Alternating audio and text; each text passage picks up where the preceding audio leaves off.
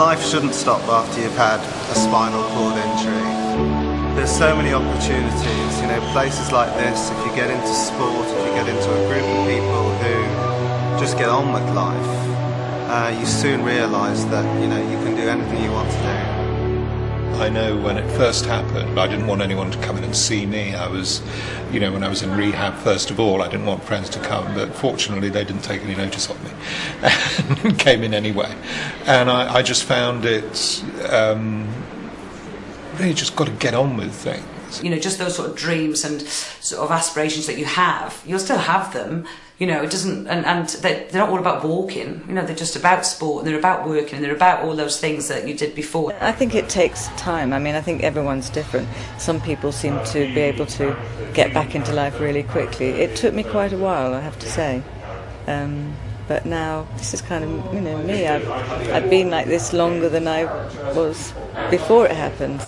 Aspire is all about focusing on the individual, providing the right support at the right time, so that each person's unique needs can be met.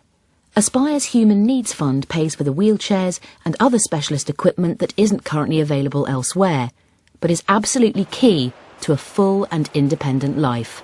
For me, I mean, initially, I think what really helped me was Aspire helped me with buying a new wheelchair, which was light and was made to move. I mean, just something like that, it just gives you such a different impression about yourself and gives you a bit more confidence.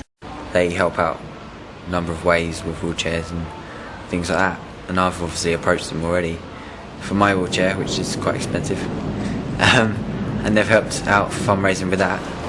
170 people have been given grants by Aspire to buy the wheelchair or wheelchair adaptation that they need. Another 72 have received grants to purchase computers and other technology. Environmental control, which I'm going to look at for my chair, just like curtains and opening doors and what else? Turning on lights and things like that.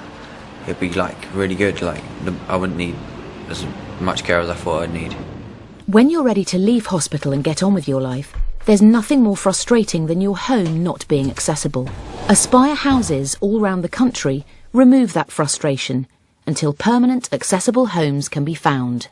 I lived on my own before my accident, so I was used to being on my own. Then, as I said, when I had the accident, my house had stairs, there were steps to get in, there was no way I could get back in a wheelchair.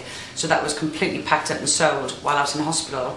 So it got to the point after 22 weeks that I was ready to go home, but I wouldn't have had anywhere to go.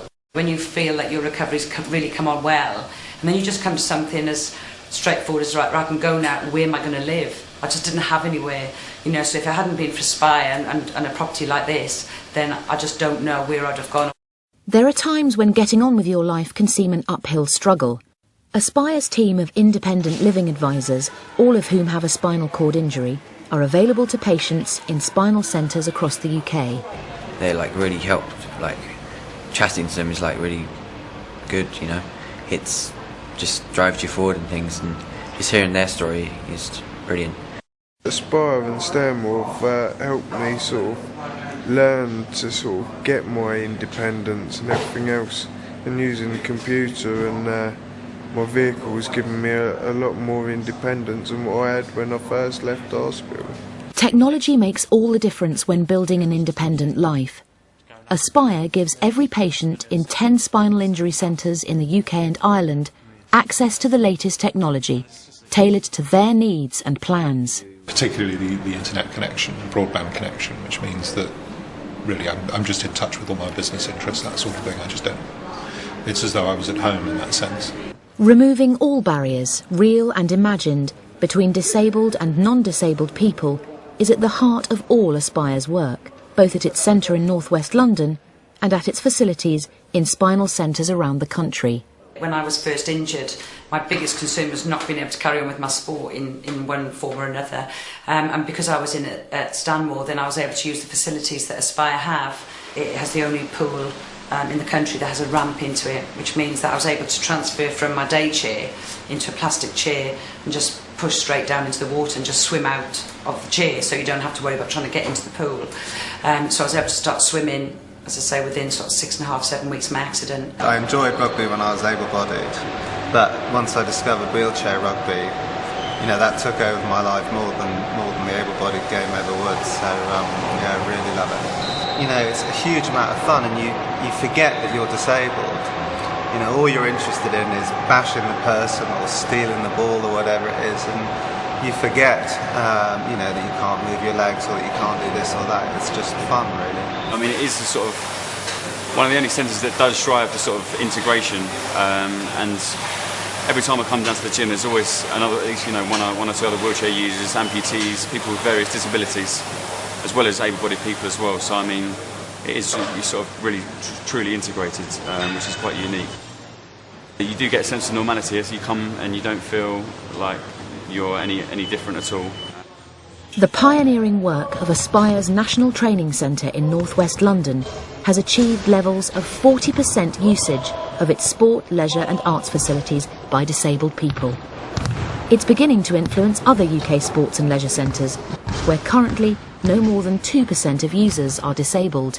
I think people don't realise until they're in an environment which is they feel quite safe in, it's non-judgmental, they can experiment and feel that they are being creative.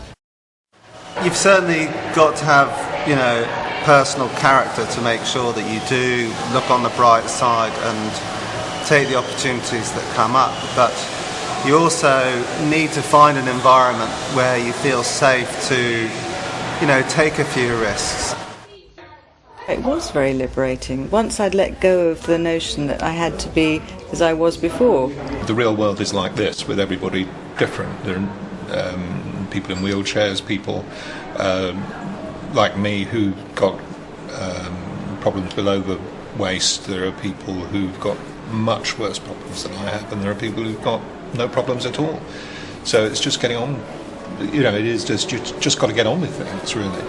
I know shortly after my accident, somebody said to my brother, you know, I'm sorry to hear about Paula because her life's over now, really, isn't it? And I think his answer was, well, you better try telling her that. Life doesn't stop once you've had a spinal cord injury. On the journey from injury to independence, Aspire is there at every stage.